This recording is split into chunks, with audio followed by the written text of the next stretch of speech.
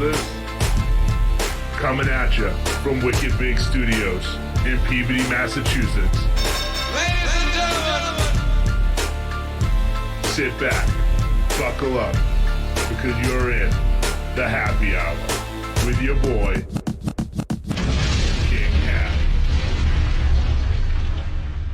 What's up, ladies and gentlemen, and welcome back to the happy hour. I want to give everybody a quick shout out and thank everybody for all the support on Wednesday nights on the Lenny Melnick Fantasy Network. The VIP chat room has been packed, and we're having a fantastic time there, guys. Thank you so much, and make sure you get out there this week. We're going to have another great show. Myself and Taco wanted to go ahead and let you guys know that we're being brought to you today by Overlay DFS, the new pinnacle in daily fantasy sports. I say it all the time, guys. The new matchup shop is up and running, and I'm having a blast in there. You know, always still got the same daily tournaments and everything. MMA is coming to the site. The King App Challenge is kind of boiled down, and we haven't been running them anymore because the playoffs are here. But I'll tell you what, guys, you can always come compete against me. I'm on there every night.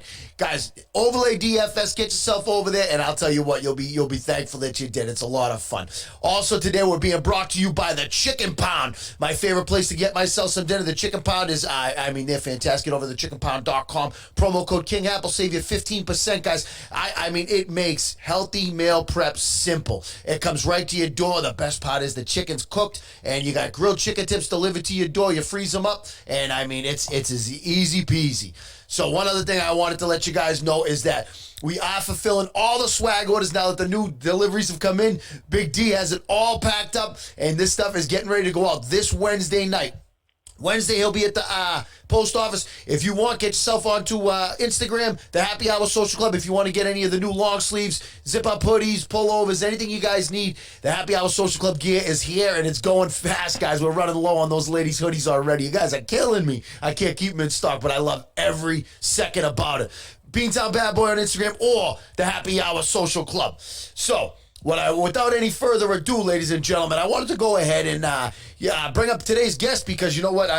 This is a man that is coming on the show. I'm very thankful he's here because I think that he is going to have surge in popularity actually after this because I'll tell you what, he actually is the author of a fantastic new book that's just come out. It's called A Brotherhood Betrayed, the man behind the rise and fall of Murder, Inc. And when I tell you guys, you may already know him, and that would have been from his years, as an editor for the New York Times. He also used to write for the New Yorker. Also was working with Sports Illustrated for some time. Truthfully, ladies and gentlemen, he's a very popular author. And welcome to the show, big man. Mike Cannell, how you doing, boss? I'm good. Hey, thanks for that intro. I appreciate it. Absolutely. We're happy to have you here, big man. And, congratulations on the release of the new book. You must be pretty excited about that. Yeah, it's great to see it come out. I've worked on this book for years. I think people should only write books if they're obsessed with the topic, and I've been totally obsessed with this topic, and I hope you all will be too. Absolutely, and the Happy Hour Social Club knows that I am a sucker for some good Mafia movies, Mafia books, any kind of old school mob, stories. I love it. We've had some people on here that have had some ties to organized crime, as guests and stuff, and I love every minute of it. It's fantastic. I'll tell you what. I wasn't too familiar with the subject of the book, and I was hopeful that you could fill everybody in. But Abe Reles is who this is about, and that's the, he was basically one of the headmen for the world-famous Murder, Inc., right? Yeah, he's not one of those Mafia names that people really know. He's not a household name like some of the more famous guys like Lucky Luciano or Dutch Schultz.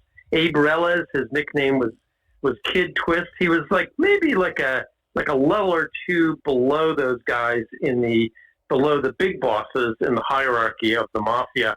But he played a really crucial role. He was the head of an assassination squad known as Murder, Inc. And Murder, Inc.'s job was to kill all the informants, anybody who could testify against the Mafia had to go, as they said. And the theory was if there were no informants, if there were no witnesses, they could never be prosecuted. And it worked for about a decade. It worked until it didn't work, and then it really went bad for Kid Twist.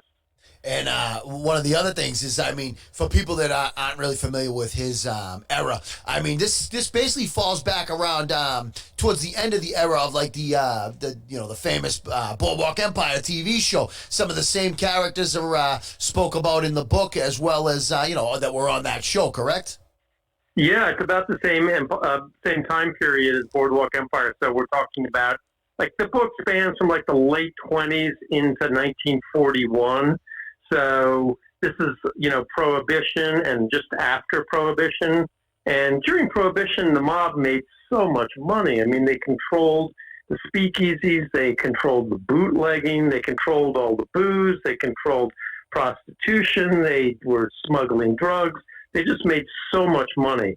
But after Prohibition ended, things kind of changed, and they wanted to run the mob in a different way.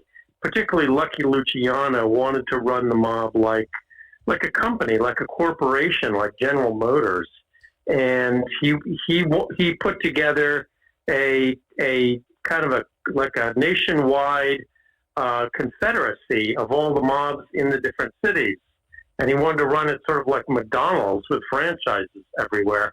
And part of his plan was to have Murder Inc. just take care of the dirty business.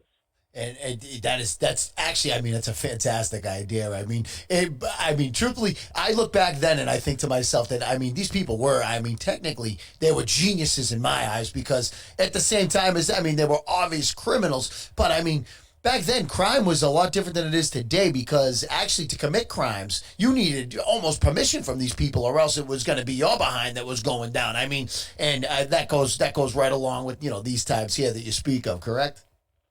Yeah, I mean, nothing happened without. I mean, nothing happened in the neighborhood without these guys knowing about it and approving of it, and not just in the neighborhood, in the city government as well, because the mob had made all this money, like I said, during Prohibition. They made so much money, and then they figured out that they could use that money to pay off not just the neighborhood cops, but also the judges, the district attorneys, and other city officials. So the mob really, they had a grip on everything. And when the prosecutors, Thomas Dewey was the big prosecutor who was assigned the job of busting the mob, nobody thought he had a chance of doing it. The mob was so powerful. And but this book is in part the story of how they actually did bust the mob. Yeah, and that's to me that it's fantasized to me. I read about it and I sit there and I say, wow, this is pretty tremendous. And I look at how it all comes together. I mean, this book is tremendous. I mean, that's why I was so adamant about having you on. Also, a lot of the Happy Hour Social Club listeners are Happy Hour Social Club members are listeners and they're big sports fans. And one of the things that did happen in that era as well that you do speak about in the book is Arnold Rothstein. It was actually rumored to have fixed the 1919 World Series, the whole Black Sox scandal with the White Sox and the Cincinnati Reds. Right, yeah. Arnold Rothstein was like, they called him, his nickname was the Brain, because he was so smart. He was mostly about gambling, but he fixed a lot of sports, and he was so smart, and he was kind of the top dog at that time. And yeah, he was supposed to have fixed the World Series. I think we can kind of say that he did. It's never been 100% proven, but it's pretty much a lock that he did. Yeah, I think that they, it's one of those unsaid things. They didn't. What I heard was, and this is just from reading, is that they didn't want to put it out there to give the mob credit for actually pulling it off per se, and that's one of the reasons that they never said that Rothstein himself actually pulled it off. Is what I heard. That sounds about right, right? Yeah, I mean Rothstein. I think we can take it to the bank that he did it, but the guy was so smart, he was not going to get caught. Yeah. And I mean, basically what did him in the end was gambling, and that was the name of his game. So, and anybody who wants to hear more about that, it's obviously in the book. And I mean, his life is pretty exciting, and, as well. And I've never actually read a book about him, but his character itself, I've always been kind of hung up on listening to, just a vicious gambler. And then, like you say, in the end, he potentially fixed the World Series. That's pretty awesome. But I mean, all of these guys, they just one after another. Lucky Luciano, Dutch Schultz, Arnold Rothstein. I mean, each one of them is just an amazing character. I mean, Al Capone was there. I mean, in that era. Yeah. I mean, right Yeah. down the line, there's a lot of the legends of the organized crime. And I mean, Yeah. Abe Reles falls right in there as kind of like a, right-hand man to almost every one of them in every family, huh? Yeah, I mean, like I say, he played a pivotal role because he was doing the dirty work, and kind of part of what's interesting about it is that he was Jewish, so we don't really think about there being Jewish gangsters, but he came up in Brownsville, Brooklyn, which people considered to be the toughest neighborhood in the whole country, maybe the toughest neighborhood of all time.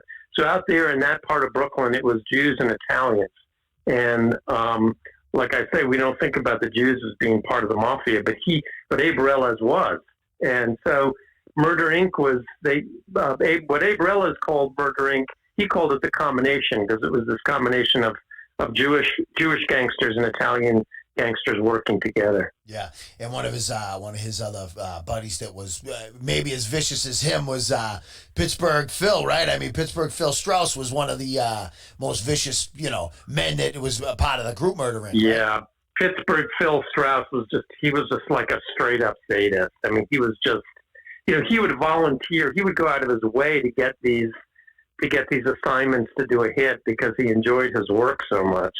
And he would, the call would come in from Philadelphia or, Chicago or St. Louis that somebody had to go away, as they said. And he would pack a little suitcase with a fresh, change of clothes like a businessman. But the suitcase would also contain a gun and a rope and an ice pick. He liked to use an ice pick. So then he would fly to that city. He would do his job, and then he would fly back. He often didn't even know the name of the person that he was knocking off until he read the newspaper the next morning. But one of the things he liked to do was to tie people up. He would tie a rope. He would truss them like a bird. He would tie them up. He would tie their legs up to their behind their backs, and then the rope would be like a noose around their neck. And then so that his victim would struggle and slowly strangle themselves to death. And he would just sit there and watch. I mean, he enjoyed it. Jesus Christ. Yeah. That's pretty intense. I'll tell you, it's you looking back, you see some of these guys, man, these men were cut from a different cloth. That's for sure. Yeah. And when you watch these movies, like you mentioned, Boardwalk Empire, the TV show, and some of these movies, like The Godfather. I mean, the truth, when you get into the truth about these guys, they were a lot more vicious than they're portrayed in the movies. The reality is a lot darker than the Hollywood portrayal of it. Yeah, I know that, when there's, when you see the movies, they kind of do, they turn them into glitz and glamour. People, from the, movie Casino, Goodfellas, down the lines, they turn them into almost heroes. But, I mean, some of these were good people and some of them were bad people. And, and even in real life, you look, some of the good people are even worse than them. You know what I'm saying? So it's like you get a good mix in there. It's not always just bad versus good. You know what I'm saying? Yeah, a lot of these guys, they consider this to be their business. This is what they did for work, and at the end of the day, they would go home to their families. There was a book that was written back in the day, in the 1930s. There was a book that was written about some of these gangsters in Brooklyn, and the book was called "But He Was Nice to His Mother." So I thought that was funny because it's like at the end of the day, they'd go home and have a nice dinner with their family. They might be knocking guys off during the day, but at night they'd go home, and they were good family people. That's actually pretty crazy. That's a great title for a book. So, I mean, truthfully, we're about a week away from the release, and obviously you don't have any preliminary numbers or anything like that in yet, but I can tell you, if people start to hear about this book and they start, and even just hear a little bit about it, it's so catchy. I'll tell you, I mean, I was lucky enough, guys, to get an advanced copy of this before our awesome interview today, and I'll tell you, I couldn't put the thing down. And I got ADD like none other. Everybody knows that. I couldn't put the thing down. I'm sitting there reading. I'm like, geez, I got to go to bed. I got to work in the morning. But I'll tell you, this is an excellent book, guys. And if you guys are interested in finding it, I mean, I know that you can get it on Amazon. Also, you have it available as an audiobook as well. Is that correct? Yeah, sure. It's an audiobook, and you can buy that on Amazon or wherever you would buy an audiobook. Yeah, audible.com is an easy one. And I'll tell you guys Audible, what, yeah. if you go to audible.com, you can actually, if you don't have a membership yet, you can go ahead and get a Brotherhood Betrayed. You can go ahead and get that for free by opening an Audible account if you guys are interested. So if you do go on over there and open up an account, they'll give you your first book for free. This would be a great one to go ahead and take advantage of that offer with, right? Yeah, that's right. Absolutely. All right, so what we're going to do, we're going to take a brief break here, guys, and we're coming back with Mike because I got a ton of questions for him. And you know what? Honestly, I'm sitting here and I'm like a little kid in a candy store. We start talking about the Mafia and things like this. So we're going to take a brief break, guys, and when we come back, we're going to be back with like I said, with the author who just released this book, and this thing is going to be a bestseller, ladies and gentlemen. We're going to take a brief break, and we'll be right back with more. What's up, guys? We're brought to you today free of charge by Liquid IV. Liquid IV is the world's most delicious hydration drink. Not only is Liquid IV good for you, it tastes great. It also delivers its hydration with its cellular transport technology. My favorite flavor, of course, is the strawberry cake, but I also am getting the best sleep I've gotten in years by using Liquid IV Sleep Multiplier. Give its great blueberry lavender flavor a try, guys. You'll enjoy it. Promo code KING.HAP will save you 25% off all regular and sale prices, guys. Go ahead and take advantage of this very generous offer by our sponsor, Liquid IV. KING.HAP will save you 25%. Go get it, guys. All right, guys, and like I said, I always tell you Liquid IV is, the preferred non-alcoholic beverage of the Happy Hour Social Club. This is the most, basically it's Gatorade, but it's delicious and good for you. Guys, they got brand new flavors, watermelon, apple pie, and guava, and just today they released, inspired by the Happy Hour Social Club. I tried to get them to actually name it Happy Hour for you guys. But the new tangerine flavor is out. And I'll tell you what, guys, I was lucky enough to get a little bit of that ahead of time. Get over there and order it. I think this one's going to be a limited edition. And if it is, you're going to want to get it now, guys. Promo code KING.HAP. Save yourself a whopping 25%. We're back, ladies and gentlemen. We're back here, and this is, like I said, this is an interview for myself almost, as well as it is for you guys and for Mike. Mike, tell me here.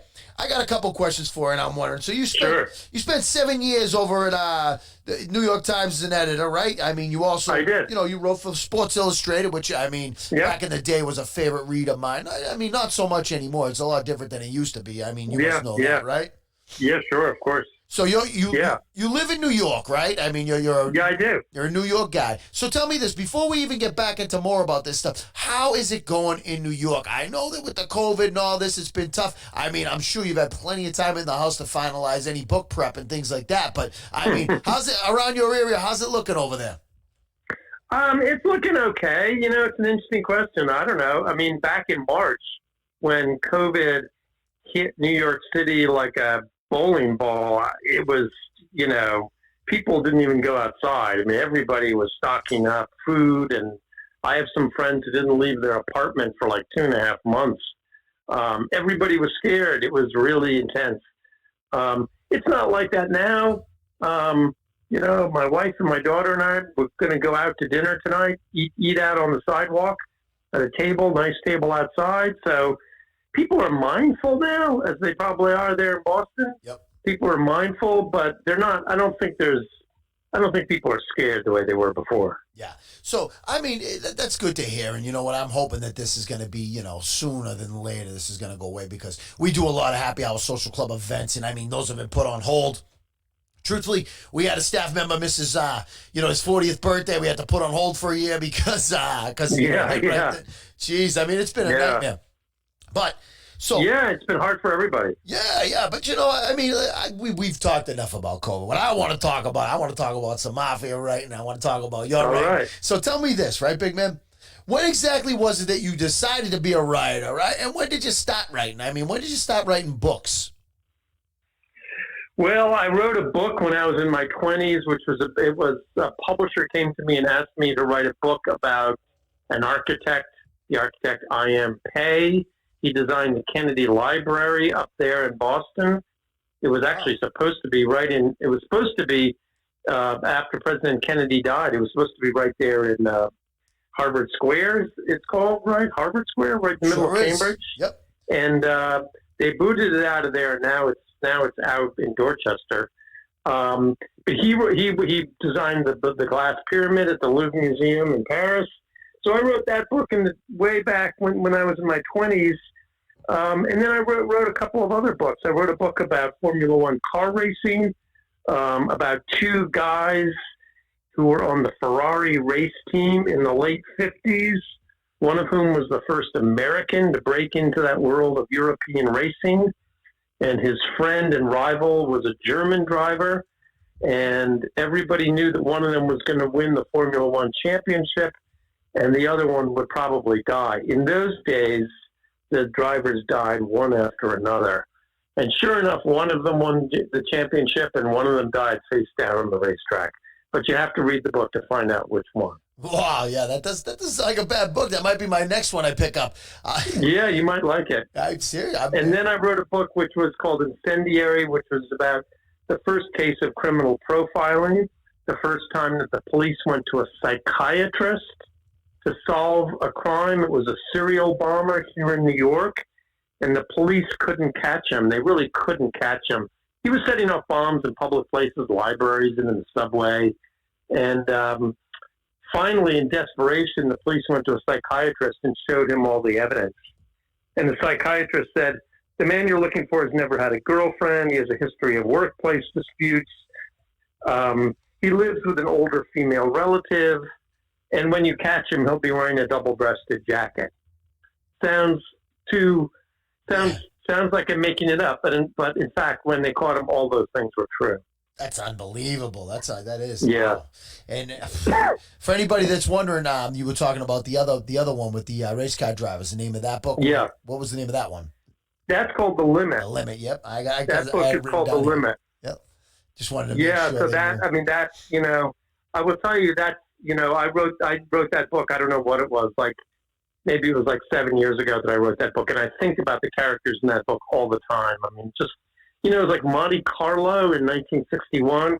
It was the sexiest world, but deadly. I mean, in those days, the drivers just died one after another. That's amazing. Honestly, that's something I'll definitely have to take a look at. So here's a question I got for you. So you got these books. So you've written four big ones, right? I mean, obviously this one here, I'm thinking, in my opinion, I'm thinking that the newest project is going to be your best one here with the Brotherhood Betrayed. But my question is, how long do you actually take between these projects? You know what I mean? Like, say, like you're done now. This book's come out. How long will you take before you maybe consider another book? Well, that's a really good question. I mean, a lot of people spend a lot of time just casting about, like, in a state of kind of agony, waiting for something else to come along. I know what my next book is going to be. I already have a contract to write it. Really? So I'm already working on it. It's another Mafia book. I won't say exactly what it is, but it's a Mafia book that's set in the 70s and 80s in Brooklyn. So I've been lucky because I've pretty much just gone from one book to the next. That's I don't awesome. really, I'm happy not to spend that time in between the books kind of anguishing over, like, will there ever be another book? So yeah, I'm already working on the next one. Absolutely, and I'll tell you what's funny is I have a note here on my desk. If this is the Wednesday night show, guys, I'd be showing you right in the video camera. I have a note right here on my desk, and I wrote that when writing this and getting into the mafia and stuff. Do you think that you'll ever consider writing another book about organized crime or mafia? Oh yeah. Clearly. Yeah. Well, now you know the answer. Yeah. I can throw this. I can throw this one away, guys. I don't need this question. Well, it's the thing. I didn't set out to be a guy who writes about the mafia, but like I say, I'm obsessed with it, and I think a lot of us are obsessed with it, right? Oh yeah. And how many movies have been made about the mafia, but we can't get enough of it. And why is that? I'm not really sure why. It's like the mafia is like life. Everything in the mafia stories, it's like there's love and betrayal, and there's teams, and there's opponents. It's like sports in a way. It's all of life is in these mafia stories. maybe that's why we liked him so much. I don't know. Yeah, and like I said, there's glitz and glamour as well, like you said, as well as violence. I mean, it really is. And back then, those days must have been fantastic. I always say, and I would have loved to have lived in those ones just to see what it was like. I mean, Bronx Tale, you watch Bronx Tale, Goodfellas. These movies are all-time classics for a reason. It's because they got you on the edge of your seat. And to hear that you're doing another Mafia movie is fantastic. And I can't wait. We're going to get you back on the show. We're going to talk about this one. But you know what? That one's going to be... I would love that. Absolutely. That one's going to be enormous because after this one here goes, hits the bestsellers list, people are going to be itching for your next one to come on. I know that you, that sounds like a plan to you, right? I like the way you think. Absolutely. I'll be the first one waiting to get it. I'll be saying, don't forget to get me that copy. So yeah. So here's another one, right? While you were writing this book, right? And I mean, there are a lot of riveting characters. I mean, we touched a couple. I mean, like you said, we go back to this Al Capone, Lucky Luciano, down the line, everybody. Did you think anybody in there that you thought maybe, wow, this could be a nice project down the line? I could write a book on this situation right here. Yeah, I mean, I think about that all the time. That's a really good question. I mean, I thought about that all the time. I mean, every one of these characters could be its own book, and some of them could be just like something smaller than a book. I don't know. There was a guy named Big Gangy Cohen. I'll just tell you the story really quickly. Big Gangy Cohen was one of the gunmen for Murder Inc. And his best friend was a guy named Walter Sage. And Walter Sage was sent up there to the Catskill Mountains, right? So that's like 80 miles northwest of New York. A big resort area in the 30s. And lots of casinos and hotels up there. It's where a lot of people went on vacation up there. They went up there to dance and to drink and to gamble. And Walter Sage's job was to run all of those, illegal gambling and the slot machines up there in the Catskills. Well, the mob found out that he was skimming some of the profits off of their operation, and that's a big no-no. So they knew that they had to kill Walter Sage. So how were they going to do that? Well, the way Murder Inc. operated was if somebody needed to be killed, they wanted the killer to be that person's best friend.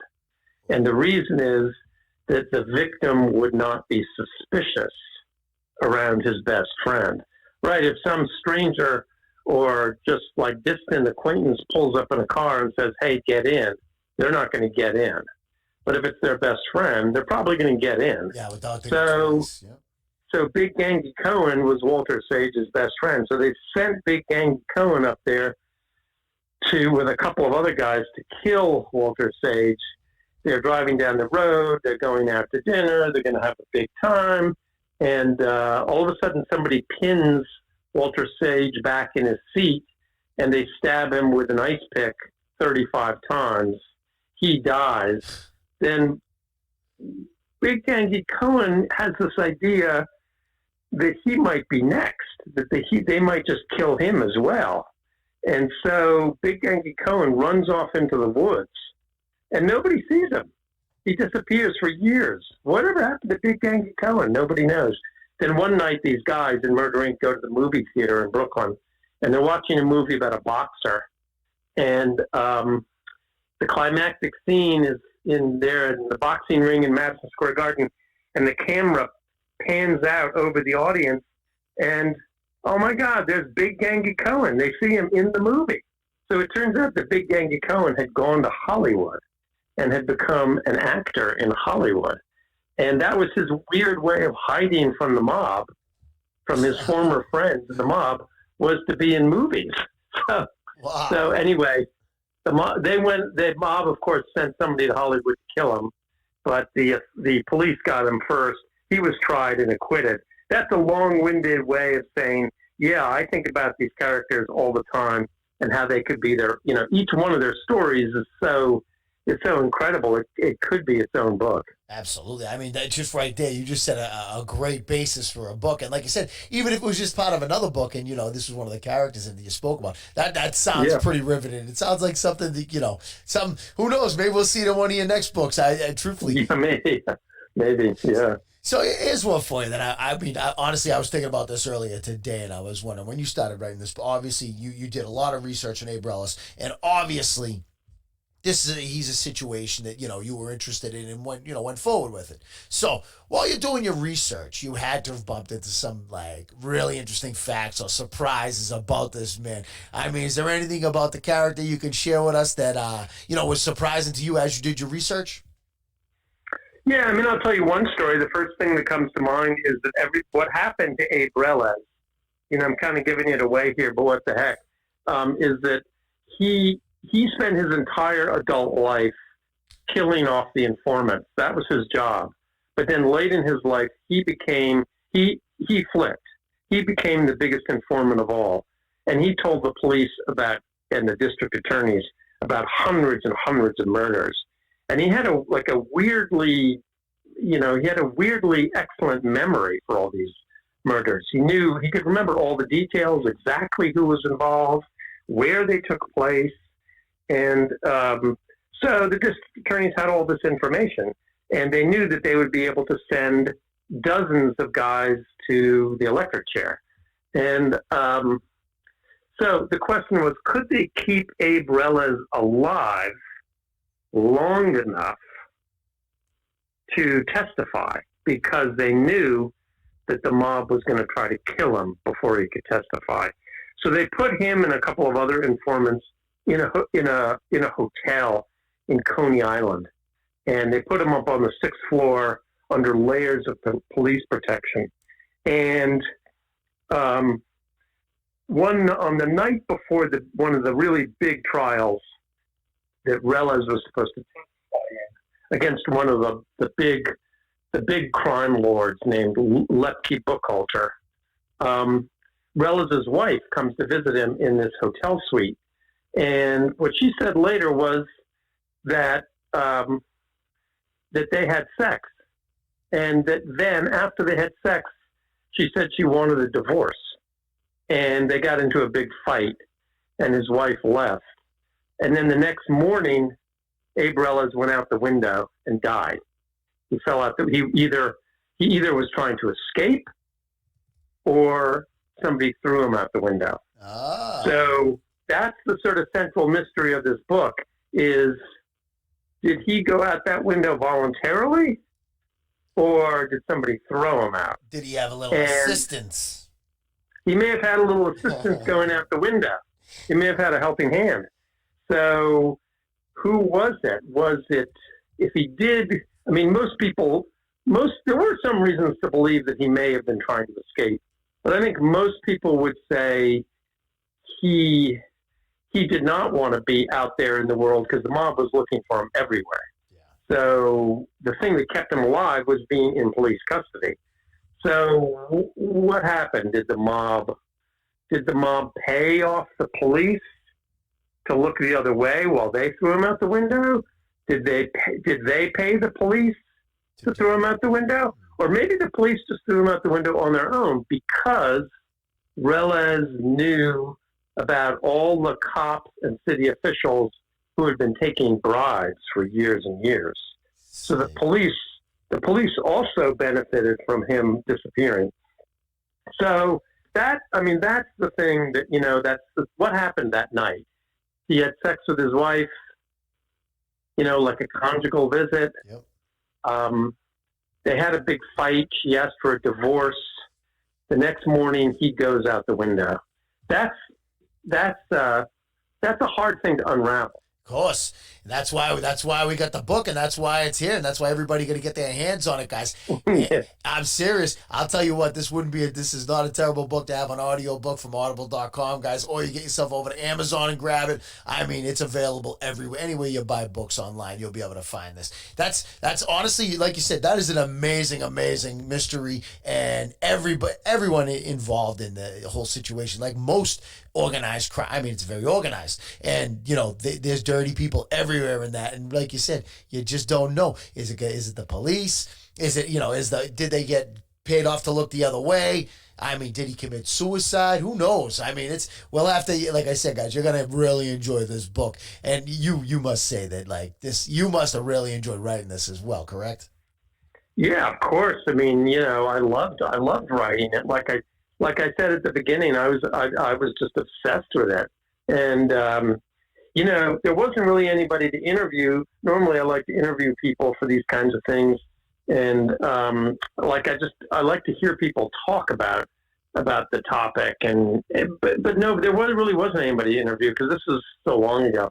But I did find, I went through hundreds of newspaper articles from the time. A lot of them were small newspapers, even neighborhood newspapers, and they just had like amazing little details in them, like about the drive-by shootings and, this kind of strange characters. There was a guy named Oscar the Poet. When they wanted to get rid of a stolen car, they gave the car to Oscar the Poet. And Oscar the Poet was this guy with long hair who spent all of his time reading ancient poetry in the park. But he was kind of a genius at getting rid of stolen cars. So he had a way of stripping these cars and disposing of them. So just to uncover like a character like that in the newspaper was just, I just loved it. That's seriously, it's riveting. I love every minute of it, and everybody knows. Everyone knows me or knows the show, knows that I'm a sucker for all these books and stuff. And I like I said, I started, I couldn't put it down. What we're gonna do, guys, we're gonna take one more brief break. We're coming back with Mike here. We got a couple more minutes with him, and then we'll have last call here with Mike, and then we'll set him free because, like he said, he has a dinner date tonight with the wifey and kid. And I'll tell you, that's right. Yeah. I mean, he was lucky. We were lucky enough. He took some time out of his very busy day to come with us, guys. So make sure you stay tuned. We got more with Mike coming right after this.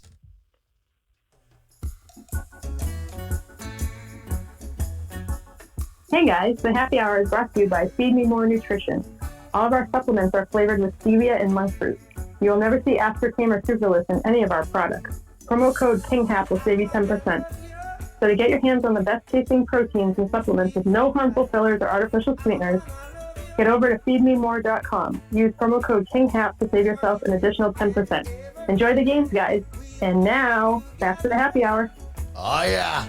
We got the ladies of the happy hour.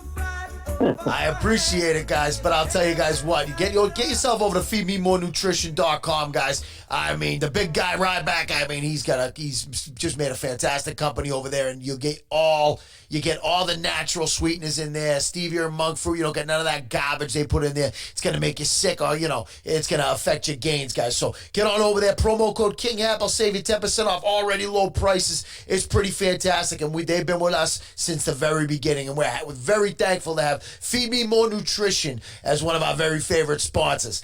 So, guys, we're back here, and I got Big Mike here, and he's, we got a little bit more time with him left, and I had a couple quick questions I wanted to throw at him, and also, we'll have last call. We'll let you know where you guys can go ahead to get any information you need on, his projects coming up. I mean, his brand new book, The Brotherhood Betrayed. I mean, it was featured by Princeton Alumni Weekly, which is pretty awesome, and also, I mean, like I said, it's only been out a week, and a lot of people on the internet are starting to talk about it, big man. You must be, I don't know, I mean, do you have nervous jitters or is it excitement?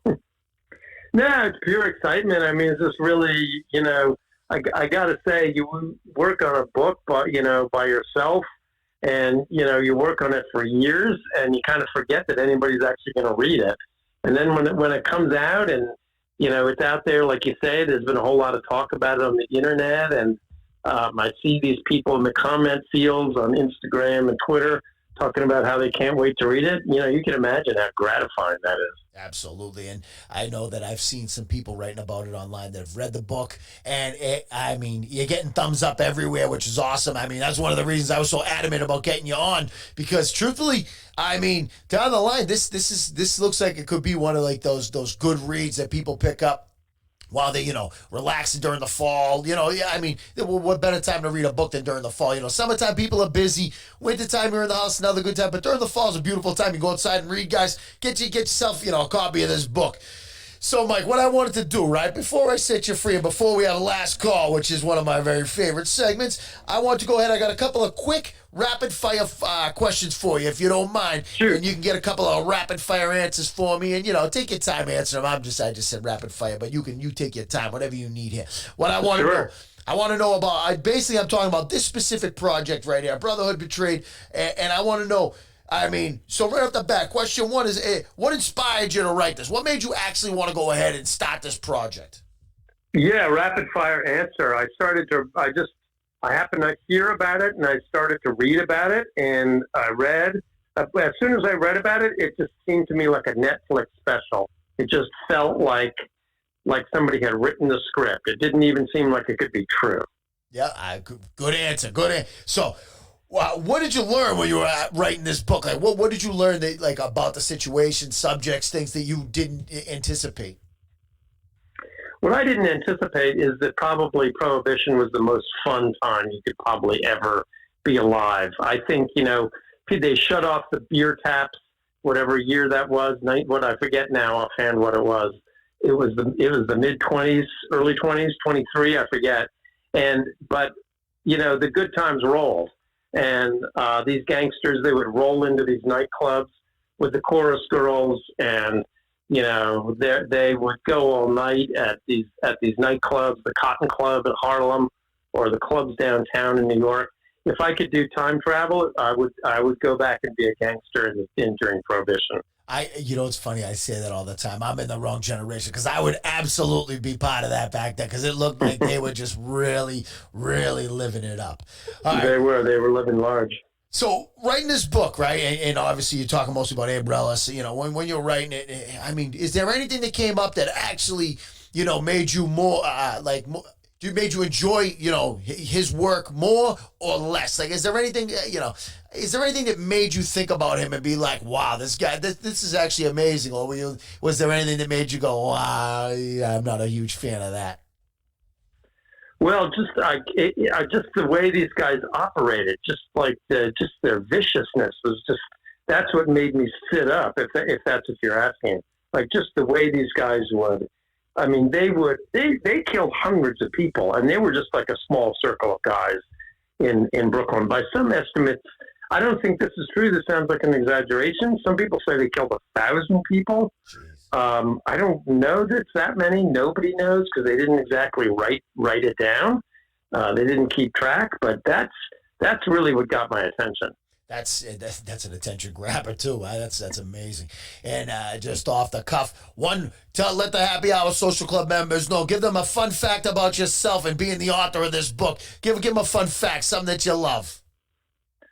Something that I love. I don't know. I would tell you this. You're in Boston, right? Absolutely. I will tell you that when I was growing up, my great passion was the New York Rangers, and the thing that I thought was absolutely the devil was Bobby Orr and the Boston Bruins. Bobby Orr walks on water in Boston. Not if you're from New York, my friend. In Boston, I'll tell you what, this man, he would buy everyone's dinner in any restaurant, but I'll tell you what, with Bobby Orr, anybody that meets a Bobby Orr autograph, right, which is this is funny to say, is actually valueless. Because if you're a child and you ask Bobby Orr for an autograph, he will sign everybody if they line up around the block. Yeah, I believe that. The man is actually maybe one of the nicest human beings that's ever walked the planet, let alone one of the greatest hockey players that ever put on skates. That's pretty amazing. I believe it, but if you were a New York Rangers fan, you didn't see it that way. I wouldn't think so. I wouldn't think that would be. I wouldn't think that's gonna. He'd be a favorite of yours. So, yeah, when they traded Brad Park for Phil Esposito, that rocked my world. See, big hockey fan. We are all the Happy Hour Social Clubs is big hockey fans. I'll tell you what, guys. It's that time of the day.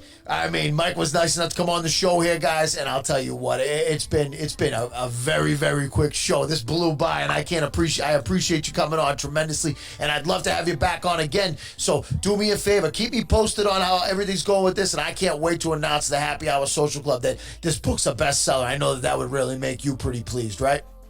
Yeah, of course, I'd love it. Hey, I really appreciate it. You're the best. Absolutely. So, guys, this is the last call.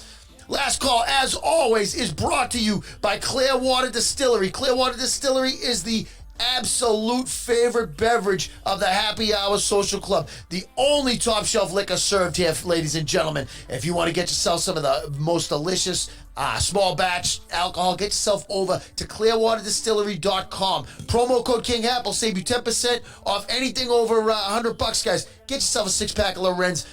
Josephine's almost completely gone. I'll tell you what. You better get your hands on her because she ain't coming back until next year. Josephine Baker, she couldn't have been more proud that they named the drink after her. I'll tell you that. I mean, Mike, do me a favor, buddy. It's last call. Let everybody know. Let everybody know where they can find you. Let everybody know exactly what you're thinking, big man. Yeah, my website is michaelcannell.com. That Cannell is Cannell. Drop me a line. Let me know what you think. Absolutely. And you're also on Instagram. They can give you a follow on Instagram as well. Is that correct? I'm there. All right. Guys, I can't thank you enough for being here, and I'll let you know. I mean, Mike's been fantastic joining us on the show here, and I'll tell you guys what, a special shout-out goes to, seriously, it goes out to you, Mike, for coming on here. I mean, just days after your book drops. I know you're a busy guy, and I can't thank you enough for taking the time out of your day to come here and chat with myself and the Happy Hour Social Club members. So another quick thank you. Hey, listen, this is great. I appreciate your having me. Absolutely. So, guys, what we're going to do now, as I always like to, I'm going to leave you guys with my favorite version, the Happy Hour by Abyss, version 2. Take it away, Abyss. Yeah. Abyss, Happy Hour, AbyssHipHop.com. Hey. Sports fanatics applauding at the matches, picking winners while we sift through the brackets. Yeah, turf green like a bag of sour. We gotta talk in that podcast is the Happy Hour. Men come to the game fully geared, who would dare? Mini beast mode since the rookie years. Yeah, little fact for the lightning round. This is Title Town, the place where all of the fire's found. We attend games on a regular, heard more goals than a motivation seminar. Yeah, stay charged like a visa, so many bad calls. No, we stopping by the most bleachers. So, click play and just soak it up. This is Happy Hour, but not the same as your local pub. Sports talk, hit the pro shows a must. So go like the page called the Happy Hour Social Club. Boss move, so you know your boy paid them dues. Front row, you can see us through the pay-per-view. Fights on, watching them box like big parcels of MMA. Know that the artist mixed martial. Listen, guess you better play your best. You playing fast, and better go take a breath and just play the bench. Yeah, clap hard with these two hands. Been true fans, reading stats off the newsstand.